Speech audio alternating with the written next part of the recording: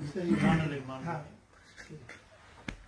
माशाल्लाह माशाल्लाह जिक्र होगा फिर इन्हीं का हम सब माशाल्लाह जरा मस्त होंगे ताकि ये अभी ईमान की जिला जो बख्शी जाए माशाल्लाह।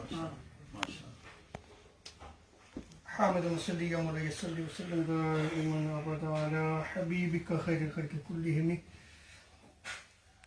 अल्लाह रब्बुल इज़्ज़त का बेपाया लुत्फ़ करम और एहसान अज़ीम है कि जिसने हमें आज इस शहादत इमाम हुसैन की जिक्र की बाबरकत महफिल में इकट्ठे होने की तौफीक अता फरमाई। सबसे बढ़कर ये कि हमें दौलत ईमान से बहरमंद फरमाए। मौजू जो जारी है मैं उसी मौजू को जारी रखूंगा ताकि ये कंप्लीट हो जाए और फिर जो है वो हम क़िबला कारी साहब से अहले बैत अतहार की मोहब्बत के जब अशार सुनेंगे तो मजीद जिला रूहानी सुकून हासिल होगा। सिर्फ आपकी 2-3 बातों पे जो है वो तवज्जो चाहिए कि आज के दौर में अहले बैत अतहार के साथ ताल्लुक को क्यों कायम करना चाहिए। एक ताल्लुक, फिर उसकी हिफाजत क्यों जरूरी है, बहुत अहम चीज है इस्लाम में। अगर आप इन फितरों को अगर मुख्तसरन समझ ले तो फिर मैं अपने मौजू पे आऊंगा, आपके लिए बहुत आसान हो जाएगा। खारजी, नासबी, राफजी, ये 3 इस्तिलाहात है जिनको हम नहीं जानते। खारजी खुला दुश्मन है अहले बैत अतहार का, वो खुला दुश्मन है, इस्लाम का भी दुश्मन है। और वो क्यों दुश्मन है? इसलिए कि सबसे पहले अगर उलमा मौजूद है या सुन रहे हैं, आप बुखारी, मुस्लिम, सियासिता, दीगर जितनी रिवायात को आप पढ़ लें, खारजियों को मारने वाले मौला अली और मुर्तजा करम करीम है। वो जो गुस्ताखी हजूर की शान में, हजूर की मजलिस में की थी ना, उसका सर कदम किया था मौला अली ने। बस मैं इशारा देकर आगे चलता हूं। तो ये खारजी खुले दुश्मन है। दूसरी टर्म आती है नासबी की। किस चीज की? ये खतरनाक है। ये निबादा ओढ़ेगा सहाबा के दिफा का। अब हमें समझ नहीं आएगी। वो बात करेगा भाई सहाबा का अदब, सहाबा की ताजीम, सहाबा की तकरीम, और दिल में वो और जाहिरन भी फिर वो बुग़्ज़े अहले बैत करेगा। उसके अमल में भी होगा, उसके दिल में भी होगा। उसके नजारे आज हमें नजर आ रहे हैं। और फिर है राफजी, जो अहले बैत अतहार की मोहब्बत का नाम लेके सहाबा की गुस्ताखी करता है। सहाबा की अब आप कह सकते हैं मौलाना आपने 3 बयान किए हैं तो फिर हक पे कौन? वो अहले सुन्नत व जमात है। वो सहाबा का अदब भी करते हैं और अहले बैत अतहार की मोहब्बत की हिफाजत भी करते हैं और अहले बैत अतहार के साथ ताल्लुक को भी कायम रखते हैं, और ये कभी टूटना नहीं चाहिए। अब इस पे मैं रिवायत देना चाहता हूं। देखें, रिवायत से पहले फिर एक चीज, बहसीयत मुसलमान हमारे लिए सबसे ज्यादा अहम चीज क्या है? ईमान। यही चीज है ना भाई। हम दुनिया से जाएं तो हमारा ईमान क्या रहे? सलामत। इसकी हिफाजत करनी चाहिए ना। और इसकी हिफाजत, देखे कोई भी चीज है जब आप उसकी हिफाजत करते हैं तो आप बड़ी ही तकोदो करते हैं कि ये कहीं खो ना जाए। आपके पास दौलत है, आप उसकी अगर हिफाजत करना चाहेंगे तो आप हर हरबा इख्तियार करेंगे कि ये जाया ना होगा। तो सबसे बड़ी मीरास क्या है? ईमान। और ईमान का मरकज़ व महवर क्या है? हुजूर ताजदार कायनात सल्लल्लाहु अलैहि वसल्लम की ज़ात मुक़द्दसा, हुजूर की ज़ात मुक़द्दसा। अब याद रखिएगा कि जब हुजूर की ज़ात मुक़द्दसा ईमान का मरकज़ व महवर है तो सैयदना सिद्दीक़ अकबर पता है कैसा फरमाते हैं? फरमाते हैं कि मोहम्मद को तलाश करना है तो अहले बैत कहां तलाश करना है? अहले बैत में। अब उस अहले बैत अतहार के साथ जो ताल्लुक है उसकी हिफाजत क्यों जरूरी है? इस पे मैं मौला अली का कौल नकल कर रहा हूं। इमाम तिबरानी ने इस रिवायत को मुजमुल ओस में, इमाम हैसमी ने मजमा उस ज़वाइद में नकल किया है। अहले सुन्नत व जमात के मुहद्दिसीन अन अली क़ाल फ़ीना फ़ी आलि मुहम्मदिन सल्लल्लाहु अलैहि वसल्लम फ़ी हामिम आयतुन ला यहफ़ज़ु मवद्दतुना इल्ला कुल्लु मुमिनिन सुम्मा क़रअ क़ुल ला अस्अलुकुम अलैहि अजरन इल्ला अल मवद्दता फ़िल क़ुरबा।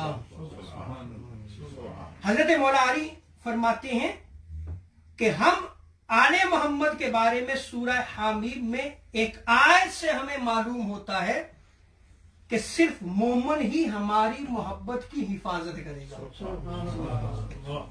सो इससे पता चला कि अहले बैत अतहार की मोहब्बत की हिफाजत भी लाजिम है, और हिफाजत कौन करेगा?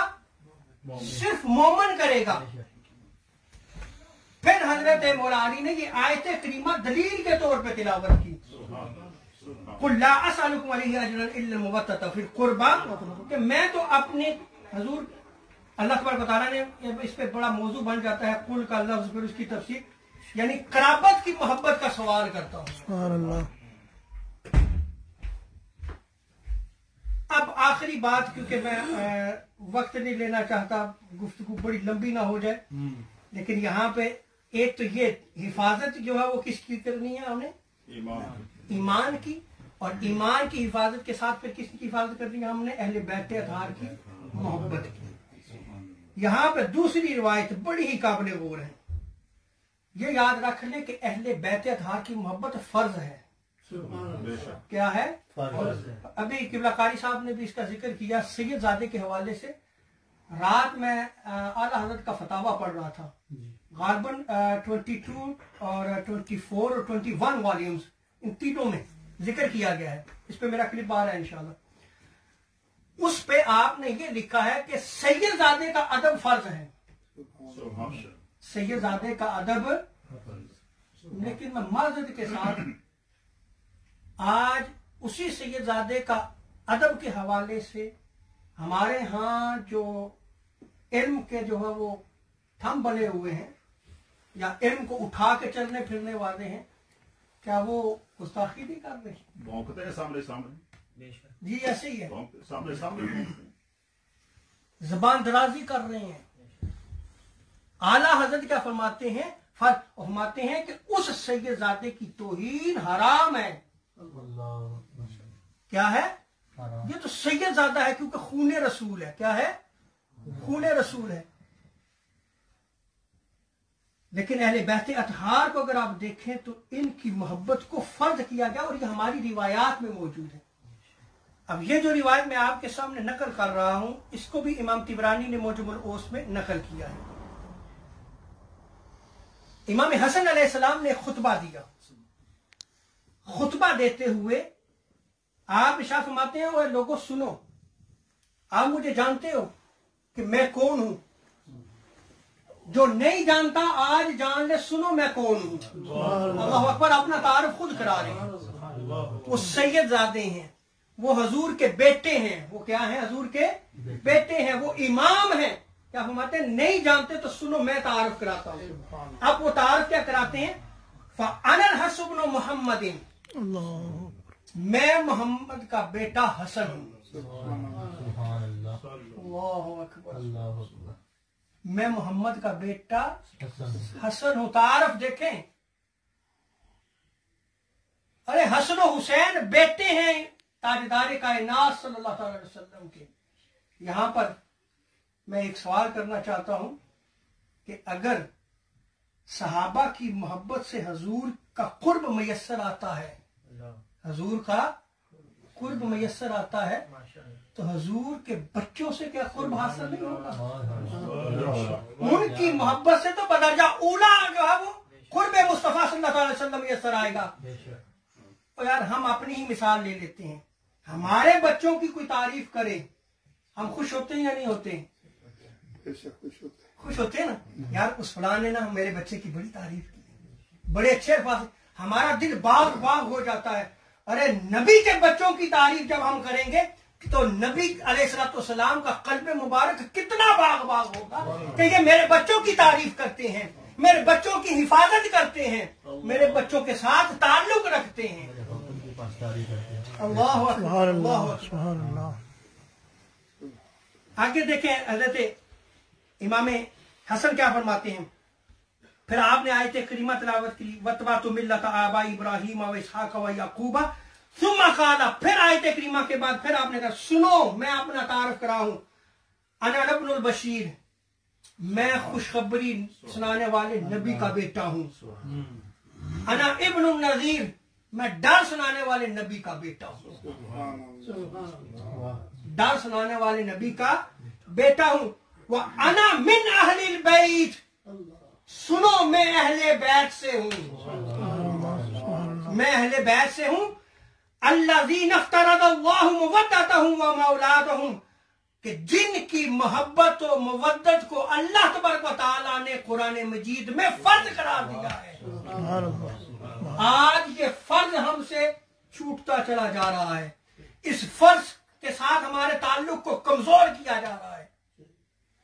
और फिर हजरत इमाम हसन ने क्या फरमाया, फी मा उनज़िला अला मुहम्मदिन, कि मेरे नाना पे आयत करीमा नाज़िल, कुल ला असअलुकुम अलैहि अजरन इल्ला अल मवद्दत फिल कुर्बा। तो देखें अहले बैत अतहार की मोहब्बत जो है वो क्या है, फर्ज है। बस आखिरी रिवायत नकल करने लगा हूं, इस ताल्लुक को कायम रखें, इस ताल्लुक को मजबूत रखें। अहले बैत अतहार के साथ अगर ताल्लुक मजबूत होगा तो रोजे क़यामत आका अलैहिस्सलाम की शफात मुयस्सर आएगी। इस आखिरी रिवायत में खत्म करता हूं, इमाम हिंदी ने कंजुल उमाल में नकल किया है, हजरत अब्दुल्लाह इब्न अब्बास रज़ियल्लाहु तआला अन्हुमा नकल करते हैं कि आका अलैहिस्सलाम ने फरमाया, मैं दरख्त हूं। अल्लाहु अकबर। अब आप समझिएगा, हजूर मिसाल दे रहे हैं और बड़ी खूबसूरत मिसाल है, और इस मिसाल को अपने जहनों में जो है वो आप नक्श कर लें, और इस नक्श को हिफाजत करते हुए, इस नक्श की हिफाजत करते हुए इसको आगे अपनी औलादों में मुंतकिल करें, आपके ईमान की हिफाजत होगी, आपके ईमान की हिफाजत होगी। हजूर क्या इरशाद फरमाते हैं कि मैं दरख्त हूं, फातिमा मेरी लख्ते जिगर उस फल की इब्तदाई हालत है, उस फल की उस दरख्त के फल की इब्तदाई हालत है, और मौला अली उसके फूल को मुंतकिल करने वाले हैं, और हसन हुसैन उस दरख्त का फल है। हसन हुसैन उस दरख्त का क्या है, फल है।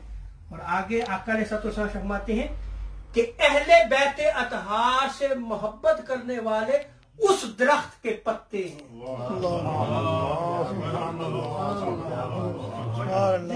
साहब वो पत्ते हैं, औराक हैं। अल्लाहु अकबर। अरे जिस पत्ते का ताल्लुक उस दरख्त से हो वो कभी भी रुसवा नहीं होता, जलील नहीं होता, वो जलील नहीं होता। लेकिन जब उस दरख्त से वो पत्ता अपना ताल्लुक खुद ही काट ले, खुद ही काट ले, तो फिर क्या होता है, क्या होता है कि वो जमीन पे आ जाता है। फिर हवाएं चलती हैं, और जब हवाएं चलती हैं तो कभी इधर जाता है कभी उधर जाता है, उसको कोई रास्ता सुझाई नहीं देता, उसको कोई रास्ता दिखाई नहीं देता। उसने चूंकि ताल्लुक को काट लिया है, अब वो जो है वो गुमराही की अंधेरियों में भटकता फिरता है, फिर उसको सिराते मुस्तकीम नहीं मयस्सर आ सकती, इसलिए कि उसने उस दरख्त से अपने ताल्लुक को खुद ही काट लिया था। अहले बैत अतहार की मोहब्बत को कुछ छोटा मोटा जो है वो विरसा ना समझे, ये बहुत बड़ी अजीम शय है। उस दरख्त के साथ ताल्लुक को कायम करें, आप उस दरख्त के पत्ते बन के रहें। उस दरख्त के जब आप पत्ते बन के रहेंगे आपके ईमान की भी हिफाजत होगी, और यही तो मीरास है सबसे बड़ी, उस दरख्त के पत्ते हैं। और आगे हजूर इरशाद फरमाते हैं, और हजूर ने 2 मरतबा इरशाद फरमाया, हक्कन हक्कन, 2 मरतबा, यकीनन यकीनन ये सारे जन्नत में दाखिल होने वाले। अब यहां पे बस आखिरी बात कर रहा हूं, जब हजूर ने बयान फरमाया कि इस दरख्त के पत्ते जो है वो क्या हैं, अहले बैत अतहार से मोहब्बत करने वाले सहाबा उसमें आ रहे हैं, और सारी उम्मत आ रही है, वो सारे अहले बैत अतहार से मोहब्बत करने वाले हैं। इसीलिए सैयदना सिद्दीक़ अकबर का अकीदा क्या था कि मोहम्मद को अगर तलाश करना है तो कहां तलाश करो, वमा अलैना इल्ला अल बलाग। माशाल्लाह माशाल्लाह। व्याकारी साहब अब आप हमारे ईमान को जला देंगे। आप मुझे खैर अता फरमाए। या रब। असल है साहबजादा वाला शान साहबजादा मोहम्मद इफ्तिखार अहमद साहब उन्होंने इरशाद फरमाया फोन किया तुसी हाज़री देनी ये जरा बेड फोड़ ही मेरा जम्मन पहुंच